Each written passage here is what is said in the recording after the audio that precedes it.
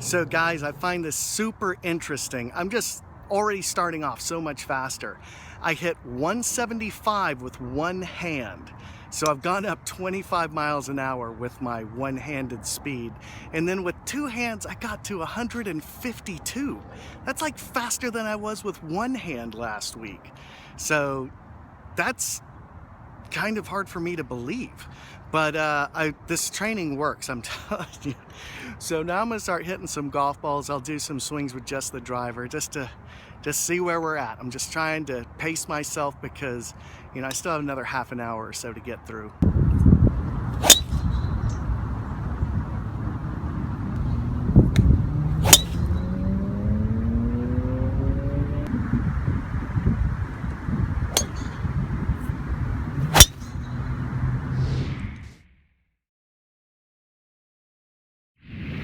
Hey guys, 2017 is gonna be the year where we're all gonna get a lot better. I am so excited about it. Now, I just showed you a little clip from my new video called My Driving Evolution. And I'm telling you, it's straight up shocking. It's shocking how many yards you're really capable of. And I had no idea. Actually, I've done this before, so I did have an idea, but I'm just as shocked the second time around. Literally, I would say over 90% of golfers can probably hit the ball 20 yards farther than they do right now, and they have no idea. I'm totally convinced of this because if you don't know how to swing for speed, and 99% of golfers don't know how to swing for speed, you're not hitting your clubs as far as they could go. I find no problem with hitting the ball farther. I love short game, that's what I'm focused on this year, but there is nothing wrong with hitting the ball long, especially if you hit it straight. I'm hitting it straighter. I think the work on the driving has taught me how to get into my impact position better, so I'm just hitting the ball straighter. But a lot of people have asked me about what's in the bag, so that's what's sitting right here. I'm so excited to share this with you. I have a bag that I love every single club in my bag. I am not kidding. This is just the sweetest. Every time I pull this out of the trunk, I just love it. So I've got all my Ben Hogan Fort Worth 15 irons. These are my TK wedges. I just love them. I trust them more than any wedges I've ever had in my life. I love the bounce. They have a V-sole. Like, I love this golf bag. It's insane what I feel when I look at it. And then for my pitching wedge and 9 iron, you know, more Fort Worth 15s. Short irons you can drive a tack with. Just love it. I've got a 37 degree 8 iron and a 33 degree 7 iron. And there's not a club in this bag I don't love. I've got such great memories of hitting awesome shots with all of these irons. This 29 degree 6 iron, I had 198 yards over water into a par 5 with a left or right wind. I took this bad boy out over the water and let that baby fall like 10 feet from the hole. It was just glorious. I needed that shot to tie a match. And then this is my 25 degree 5 iron. Just love it. Now I play this 5 iron over 200 yards, like to about 215. And that's where I pick up with this 22 degree Vector hybrid. I've started using a 3 and 4 hybrid because I can hit the ball higher. I can also curve it more on demand if I need to. I love my long irons, the Hogan long irons, but I hit a pretty low shot. I just kind of drill it, you know, which is great, but these Vector hybrids I find are just a lot more versatile. I can hit them high. It's crazy. Now I have grenade woods. I love this grenade 3 wood. Really trust it. I know what it's going to do. I hit it 250 off the fairway, and if I tee it up, I can hit it 270. You know, so it's a great 3 wood. You know, it's just something that I trust. I've hit a lot of great shots with it. Now you'll notice I have 2 grenade drivers in here. This is my 44 inch and this is my 46 inch. And this one is cut short and has lead tape. And I did that because I wanted to feel super confident that I can hit a fairway if I need to. This one I hit, I hit this driver farther than any club I've ever hit in my life. But I'm not convinced yet that I don't hit this as straight as this one. That's the crazy thing. I'm starting to think if I don't go with the longer one, I might just be giving up distance. Still kind of going back and forth on that. You'll also notice I've got my speed shaft in here. Now this is my driving evolution speed secret. This is all there is to it. 161. Whoa. I can swing this 161 miles an hour with both hands on the handle, and I can swing it 184 miles an hour with one hand. So that just tells me how much faster I can swing. It just, the muscle fibers I use are a little bit different than when I'm swinging a regular driver.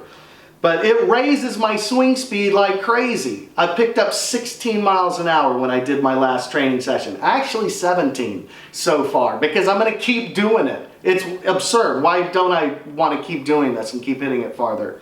But check this out. So this is my Spalding Blue Chip, nicknamed Blue Demon right now. Yeah, I've gone back to a straight up blade style putter. I've been using the face balance putters for years. And to me, they're kind of game improvement putters. And the reason why is because I'm a terrible putter. When I started my swing evolution, I had the yips with a driver and the yips with a putter.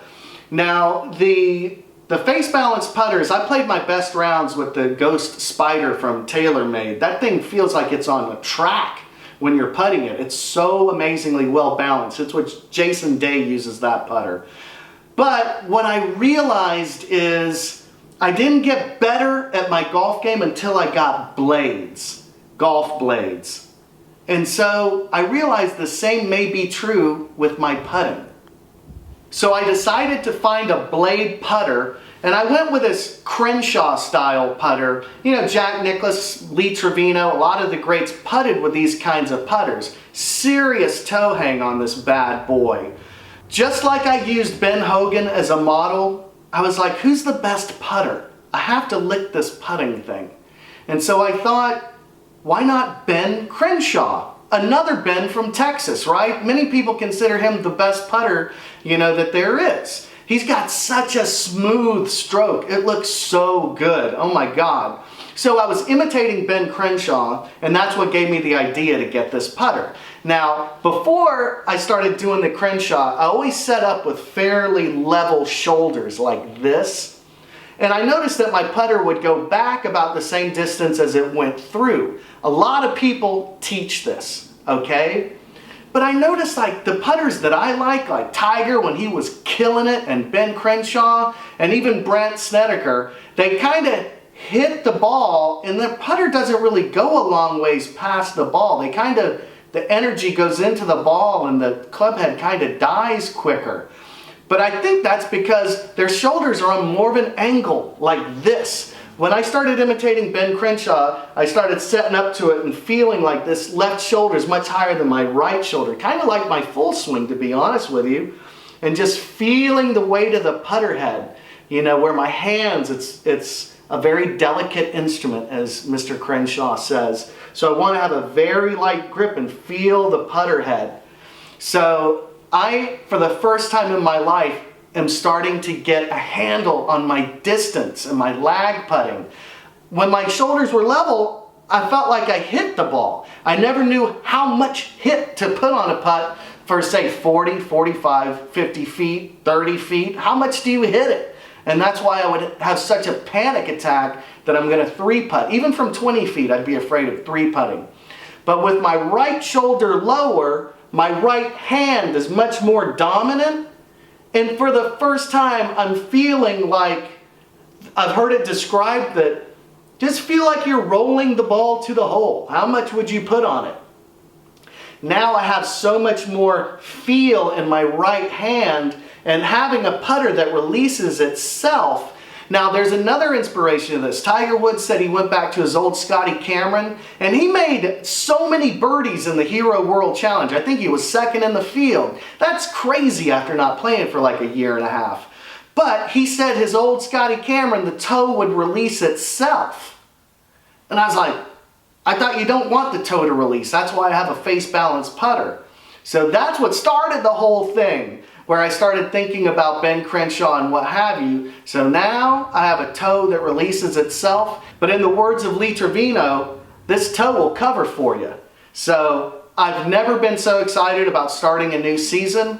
I really feel I want to play the art of golf. And this is what I have here, the perfect setup. I couldn't ask for a better golf bag. Thank you, Ben Hogan.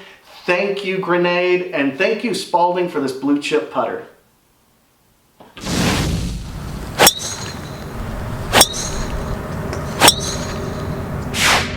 Anyone can learn to hit the ball farther.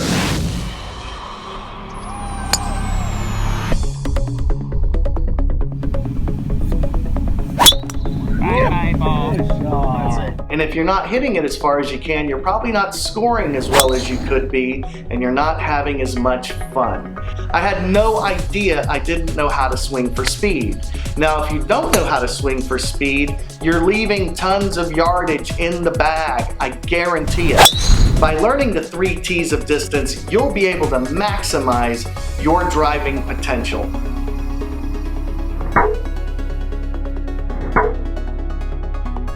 Who doesn't love to hit a ball well over 300 yards? Doesn't it feel great when you just crush a drive and everybody's mouth is hanging open while the ball sails away into the distance? Everybody can learn to hit the ball farther, and if you hit the ball farther, you'll play the game better and you'll have a lot more fun. Hit them long and hit them straight.